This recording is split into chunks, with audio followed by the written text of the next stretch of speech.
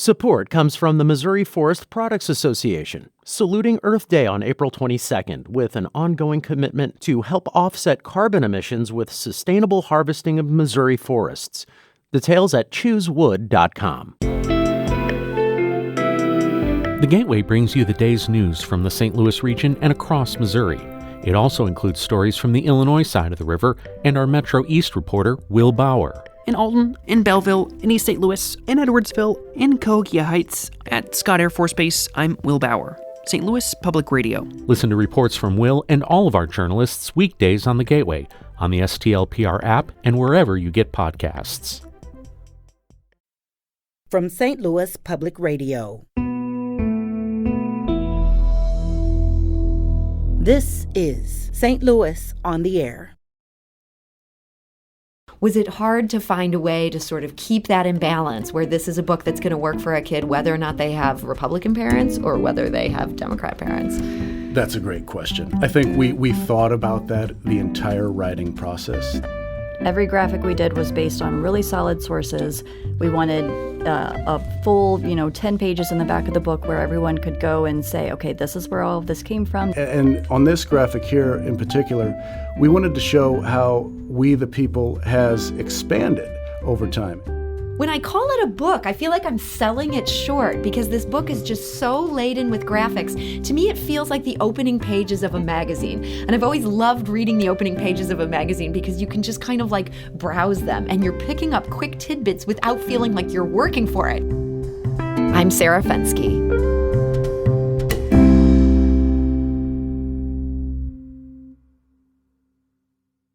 PJ and Jamie Creek first hit the educational jackpot with their periodic table of the presidents. Their poster compressed the nation's commanders-in-chief to small boxes of valuable information, just like the periodic table you pored over in chemistry class. The presidential periodic table has sold tens of thousands of copies and made its way from Alaska to Florida. And now it's part of a new graphic-heavy book designed to teach American history and government to readers who are happier not swimming in a giant sea of text. The book is called We the People and the President, an infographic look at the American presidency. And joining us today are its authors. PJ Creek teaches social studies and science in O'Fallon, Illinois. PJ, welcome. Hi, Sarah. Thanks for having us. And Jamie Creek teaches social studies at Central Junior High School in Belleville. Jamie, welcome. Thanks so much for having us, Sarah. So, Jamie, the idea of a periodic table for presidents, this seems downright inspired. Whose idea was it? Oh, I really want to say it was mine, but it was definitely PJ's. We were looking through a chemistry book, and he saw the periodic table of the elements and said, wow, we really need one of these for the presidents, and he started building it. And you're a graphic designer. The idea seems simple, and yet I imagine in the execution, this took some drafts. Right. I think we're on the fourth iteration, I believe, of it. So, it started off a little simpler, and over the years we've tested it out in the classroom and been able to see exactly what works and what doesn't. So this is our best shot at it. Yeah, I mean, you're kind of able to give us some context on the sweep of American history, even when you're breaking down the individual presidents. You've learned from the classroom, kids can digest that much information. That's right. I think that before we came up with this teaching tool, we didn't really have a one-stop shop to put all the presidents. And we color code them by party, so that draws them in, and they're ordered by number. And you have other interesting things that happen along the way in American history that we try to document. Yeah, it's a really great tool. And what I love about this is you guys did your first one. This is back in 2006. You've now had to add a number of presidents, like history keeps marching on. Yeah, it sure has. And it's so fun. Every year or every 4 years, we get to kind of have a redesign, and based on what our students tell us that they want to see, we can add it, and what other teachers tell us they want to see, we can add that. So it's been really great to have that opportunity.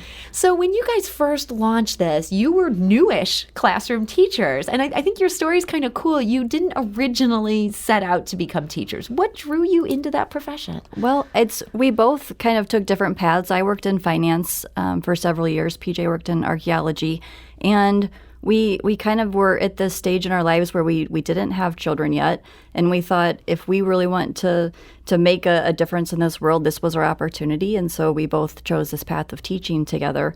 And, we've not really looked back from that. It's been a great experience for both of us. And at the same time, I mean, teaching is a stressful job.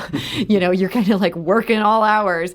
You guys also set up this side business where you're sort of using what you learn in the classroom to do more than just this one poster. You have a number now of these classroom aids. Right. We have probably 4 main posters now. And I think it's been interesting as a teacher to be able to use the posters in the classroom. That informs our decisions graphically. That informs our decisions in the book. So I think being a teacher, we can see in the book our experiences kind of over the years. So have you rolled out a poster and your classroom's looking at it and you realize, you know what, this one is not ready. Like, this is not working. We have done that. Of course we have. And I think that's the really cool thing about having so many test subjects is you get to test it for about 8 hours straight. And then you're like, okay, I think maybe we should change this before we do the big printing. So it's been really helpful for us. I feel like the unfortunate thing, maybe it's a fortunate thing about the class level that you teach. These are kids who aren't always known for their tact. Oh, no, they are not. No, they'll tell you exactly what they think. And I think, we have the personality type that can kind of roll with that. But it's been really helpful to us they will tell you within 5 seconds what they love and what they don't love. And we can really use that to our advantage. So that brings us to this book. This book is... When I call it a book, I feel like I'm selling it short because this book is just so laden with graphics. To me, it feels like the opening pages of a magazine. And I've always loved reading the opening pages of a magazine because you can just kind of like browse them and you're picking up quick tidbits without feeling like you're working for it, the way that you feel like if you're reading through a whole chapter. When you guys decided to try to do this, did you have that idea in mind from the get-go? We're going to do this entire thing with graphics. I'm glad you said that, Sarah, because we wanted a book where you could open it up at any point and look and learn something. So you could either read it as a narrative from start to finish, and at the beginning we tell you how to read an infographic, what an infographic is, and by the end we hope we've told a story in narrative form, but also you could turn it open to page 26 and hopefully learn a tidbit of information, and maybe that draws you in to learn more. Yeah. Was it hard to figure out? I mean, you're used to doing sort of like, a poster at a time. Now you've got to do like the whole sweep of the American presidency. Yeah, that was definitely a challenging task. But having sort of been doing this for 10 years, we had such a large amount of information to kind of pull from. We knew what we had put out in the past that people were really into. So we kind of had an idea, where we wanted to go with all of these graphics before we started. So that was very helpful. And so these are, you have the periodic table of the presidents. If people want this is actually the book jacket, which is kind of like a nice little bonus.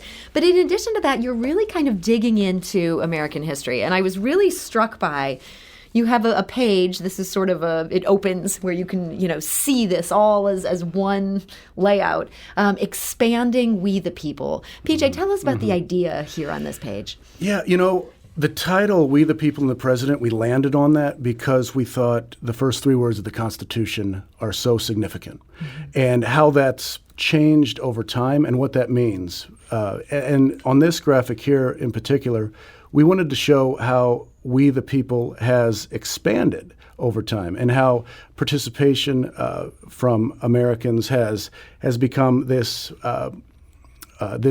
item that makes sense over time and that changes for certain people. And I think the key is the Constitution is a document that is living. The Constitution is a document that continues to change. And by our participation in that, we can make this a country that lives up to what the Constitution says in the first 3 words. And so we start with, you have to be white, you have to be male, you have to be a landowner in order to vote. And as this graphic shows, it's almost like the tiers of the rainbow. This gets opened up and expanded.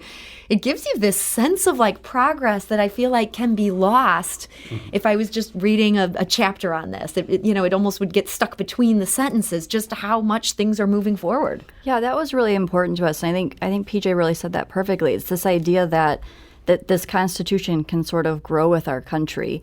When it was written, it wasn't written for me. So this idea that, with the 19th Amendment, now I get a say as well, that was really important to us to put across. And I think we tried to pull that through several graphics, this idea of who now gets to vote and who gets to participate, and that's an important thing. Like, people fought for this right. All those different layers, they didn't just arrive. They arrived because people like John Lewis fought for them. And so that was an important story that we wanted to tell. So there's some really serious stuff in here and sort of understanding the big picture, but you're also having some fun with it. You have the presidential yearbook where you've got each of the presidents and they all get funny nicknames. I need to refer to my notes here. You have Big Lub William Taft. I didn't want to accidentally besmirch the wrong president as Big Lub. In it, the end notes, it says Jimmy Carter is the president, quote, most likely to see a UFO. Was it hard to figure out how far you could go without going too far with that one? Yeah, that did get a little tricky. You definitely don't want to be demeaning in any way, but at the same time, these men are men like anybody else, and they have faults and they have flaws, and sometimes it's fun to kind of poke at it a little bit. And I mean, what kid doesn't want to see something about Jimmy Carter seeing a UFO? Like, that's great. That's fun. Yeah. And are you hoping that from there, the kid might Google Jimmy Carter UFO or ask their dad? Exactly. Yeah, I think that was through the process. We had a lot of potential candidates for the nicknames and for the most likely to. And through the editing process, we had a lot of input, which helped out to have fun, to make it light, but also to engage potentially a student to look, or a reader to look more at what that story is. And so when you say you had a lot of input, is that, again, your classes or your own kids? Our own kids, they are our best test market. Everything that we do, we run by them first. And you have 2 junior high school students at this point? Yes. Yeah. We have an 8th grader, a 6th grader, and also a 4th grader. Okay. And so is the goal, you want the book to make sense to all of them, or you have to kind of leave the 4th grader behind? No, we really do want it to be readable to all of them. And in fact, it's probably written most closely for her age, and then with that idea that you can go up from there. We want adults to be able to read this and have fun with it. But everything that we wrote, Charlotte had to read out loud to make sure it sounded good. So, yeah, we definitely wanted their input along the way. So talking about the presidents, you get into Jimmy Carter and him seeing the UFO. You get into Donald Trump. These things have become so politicized in our world today, where it's not just history. It's things that people have really strong opinions about.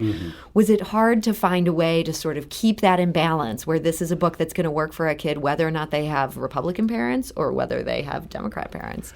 That's a great question. I think we thought about that the entire writing process, the entire creation process of the book, is based on facts and data, I would say. And when you read a book, we think that's important in that process, in the editing and the research, all of that. When a student or a reader opens a book, know that that's been a process that is as accurate as we can make it. So the information we have in there is the best available information. And we present the information, and we want the reader to take that information and then figure out how he or she will use that information. And I think that's our main goal, is to, here it is, now you take it and understand it and go with it in your own way. And so based on the feedback that you've gotten, I mean, this book, I think it came out in late December. We're a couple months late in getting you here on the show. Do you feel like you're getting feedback that you've achieved that goal? I think we have. I think when teachers see it, they get excited about it. And that's really, that's our main goal, is to put this book into classrooms. We are teachers. We want teachers using it. We want students using it. And it's a book that, as a social studies teacher, you can use it and not feel like it isn't a political book. It is about civics, and it is about our presidents, and it is about our Constitution, but it's not a political book. And we are getting feedback that I think we achieved that goal. So I think this book is just great. I can't recommend this highly enough. I really recommend that people, whether you have a young reader in your life or just, again, somebody who likes browsing magazines, this book works for them. This is We the People and the President. You guys now have been doing this for, I can't even do the math. You've been doing this for more than 10 years. You have this successful line of posters. You now have a book. At what point does this become a full-time job versus just kind of a side business? That's a great question. I think currently we're at a career crossroads in a way where we have to make some decisions where these paths were traveling parallel and we'd jump over to one and the other in summer break. We'd work on this. And I think right now we're at this crossroads where we want to explore this side of things. And being an author and an illustrator, I think that's what we would like to eventually achieve. Yeah. Do you want to continue to pursue that? Do you feel like you have the idea for the next book in your head? Yeah, I think we do. We're not ready to really formally announce anything yet, but we want to take more of a civics engagement path and kind of focus on the Constitution side of things. And so, we're working on developing the second book right now. And is that also going to follow this route of being very infographic heavy and sort of that same format there? Yeah, we think this really works well, and it's great. It's digestible for kids. It's not overwhelming. I think a lot of times when you go and start talking about government and the Constitution, kids in general just kind of, get a little nervous. But this is a super approachable way to learn it. Yeah. And it feels like, we're all just so used to seeing like graphics, they'll sort of whiz by on Instagram, and I'm sure they're happening on TikTok or wherever the kids are hanging out these days. You're putting this in book form. What do you think makes this something that works? I guess it's important to be a book as opposed to just a series of graphics that you're isolating from each other. Yes, that's a great question. I think we're inundated with graphics and infographics and information, and we didn't want to overload the reader. We didn't want to make it too much information to digest. So I think on purpose, with intent, we made them more minimalistic. We picked and chose data that actually would tell a story that was accurate and tell a story. So in that process, I think a book is wonderful because you can open up a book and enjoy it at any moment, on the couch, outside. You don't need to charge it up. You open up your book and you can pick and choose what you want to read. And this book we made to open up at any point and sit there and hopefully learn something and excite you about history and civic action. And Jamie, one last thing I wanted to make sure to ask you about today. You're also telling us where the sources are. This is something that we don't get when we're getting our information from social media. You're kind of teaching a little media literacy here. That's so true. And again, from the teaching side of things, that was so important to us that every graphic we did was based on really solid sources. We wanted a full, 10 pages in the back of the book where everyone could go and say, okay, this is where all of this came from. These are really valid and valuable sources to use. And we're using primary sources as well, so that we have pictures of the actual documents. But that was really important to us, that this is based in fact, this is based in data, and it's not just, some story that we heard at some point. Yeah. Well, it's such a good book. Again, this is We the People and the President, an infographic look at the American presidency. Jamie Creek, thank you so much for joining us today. Thank you, Sarah. And PJ Creek, thank you for joining us. Thank you, Sarah.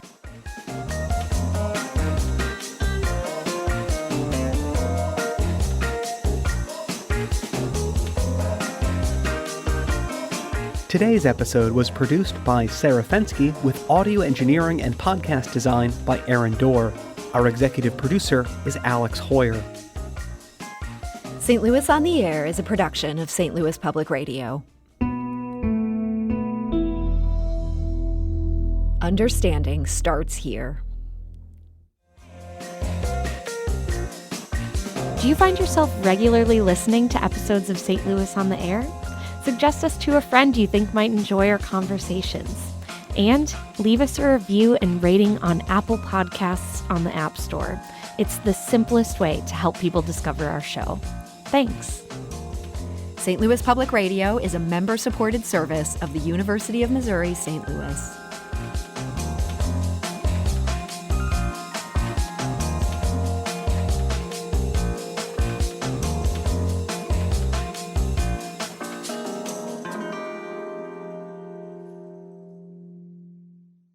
Support comes from the Missouri Forest Products Association, saluting Earth Day on April 22nd with an ongoing commitment to help offset carbon emissions with sustainable harvesting of Missouri forests.